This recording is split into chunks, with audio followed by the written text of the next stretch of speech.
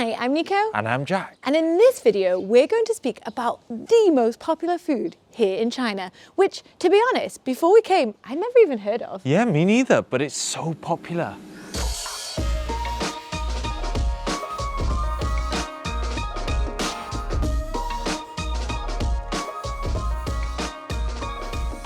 We didn't know much about China before we came. We knew it was going to be pretty big, pretty busy, and pretty different to anywhere we'd been before.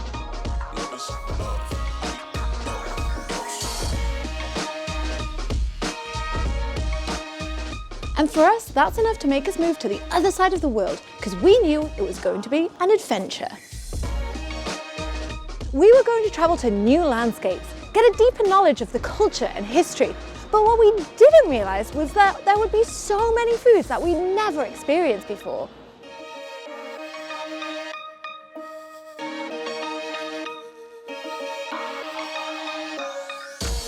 Now, I dabble with the odd bit of Chinese tucker from my local takeaway back in the UK, and whilst that was fine, it certainly didn't prepare me for all the amazing food I would eventually discover upon arriving in China.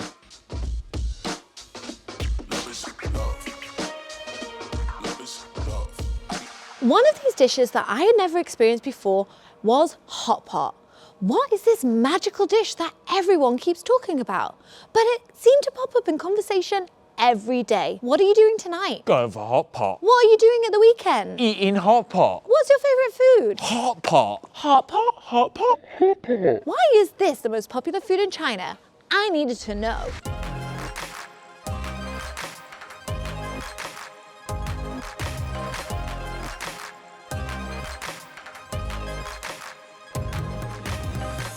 Now guys, I'm gonna let you in on a little secret. As a foreigner, I've never really understood the appeal of hot pot, me. You see, at the end of the day, you just go into a restaurant, but you're paying money to cook your own food, to make your own sauces. Bizarre. But anyway, as people are so damn passionate about it, it certainly intrigued me. Well, you're in luck because today we're going to a traditional Beijing hot pot place to understand more about this dish. Let's go.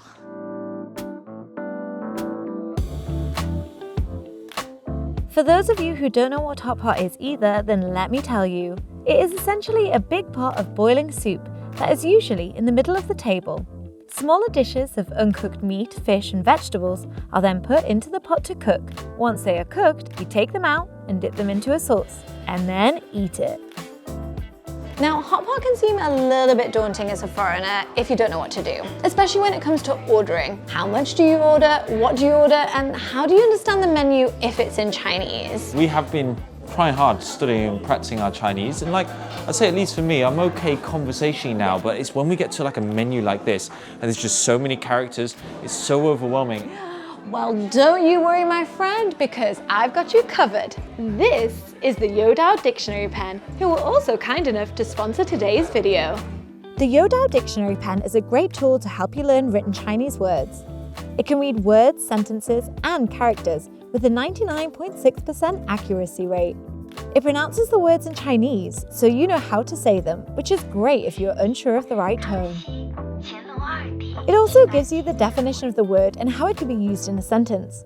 It translates single characters and shows you the stroke order, which will massively help your writing skills. And also, anyone who's studied these books will know how hard it is to remember all the vocab. But handily, this has several dictionaries built in, including the HSK exam dictionaries. Now, whilst of course you can use this to help you figure out the words in your Chinese textbook, I thought this would be a great tool whilst we're out and about, especially to read menus when there are no pictures to help you. Look at that bad boy, that's very intimidating, isn't it? Fried peanuts. And what is really good is you can save the words in a word bank so you can practice them later on. So now you have no excuses for getting better at food words. 冬瓜片，冬瓜片，一片藕片，一片又片。Okay, but seriously, what are we going to order though? 红薯片，土豆片， You could never go wrong with potato. 一片藕片， Ooh, that sounds interesting. Let's get that. 手菇组合， Oh, that sounds so good. Let's get that.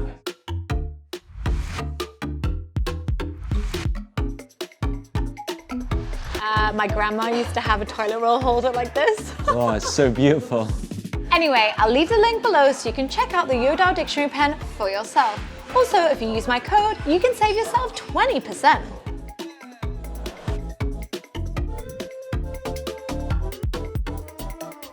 So what we're eating today is a traditional Beijing style hot pot. And what you'll notice about this compared to other hot pots across the country is actually what it is cooked in. So the Beijing style has this almost like chimney shape where you cook the food around the outside and then like there's a gap in the middle. Whereas a lot of other hot pots, it's just like one big pot. The broth is milder here, so if you don't like spice, then Beijing style is the way to go. But you can do what we did and get a half and half, which is half spicy and half normal, because Jack likes spicy and you know, I want to please my guy. Another difference between northern style and southern style is the dipping sauces. Here in the north you get a sesame paste, which personally is my favorite thing, but in the south you get a sesame oil. The reason they use an oil in the south is because this protects the stomach from the spicy flavors. I don't know if you know this, but the south is way spicier than the north. It is renowned for its use of numb and spicy Szechuan peppers, especially in the city of Chongqing. The reason the broth is so spicy is because originally in this area, they used the offcuts of animals, and so lots of spice would mask the taste and smell. But as it turns out, it tasted really good, and these traditional ingredients are still popular today. But there are so many variations and so many ingredients, and I think that is one of the reasons why people like hot pot so much. If you go as a group, you can order many different things, and if you don't like something, you simply don't have to eat it. As you make your own dipping sauce, you can use whatever ingredients you like so that it is made especially to your taste. So I'm gonna go for this peanut sauce, sesame sauce. This is my favorite thing ever. Oh yeah, hit me up. Nearly every region in China has a different version of hot pot, using different ingredients, a different broth, and pretty much every city or town has at least one hot pot restaurant. All 50,000 of them if you're in Chongqing.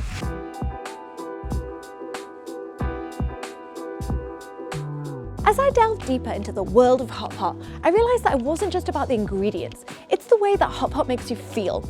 Hot pot is a way of life. The warm broth is soothing for the body, and the talks and connections made are soothing for the soul. It's not just a meal, it's an event, an opportunity for family and friends to come together and socialize. No one is in charge, everyone is involved, and everybody shares memories and a real sense of nostalgia. I just can't get over how good that tomato soup is. It just takes me back. I feel like for a lot of foreigners, tomato soup is like the taste of home. Like that's meal your mum makes when you're sick, and Yeah, it's full of nostalgia. And that's why I believe that hot pot is the most popular food in China. Not because of the choice, the many ingredients, or the lots of places to eat it. Maybe I'm wrong, and maybe people really do think it's the best tasting thing in the world. But I believe it's because of the nostalgia. It takes people back to a time in their life that they remember fondly. Unlike my friends and colleagues, I don't go for hot pot very often. I didn't grow up with it in my diet, so I don't feel the urge that some people do. And whilst I'm like, ugh, I'm not bothered, it's a lot of effort, every time I do go, I really enjoy it.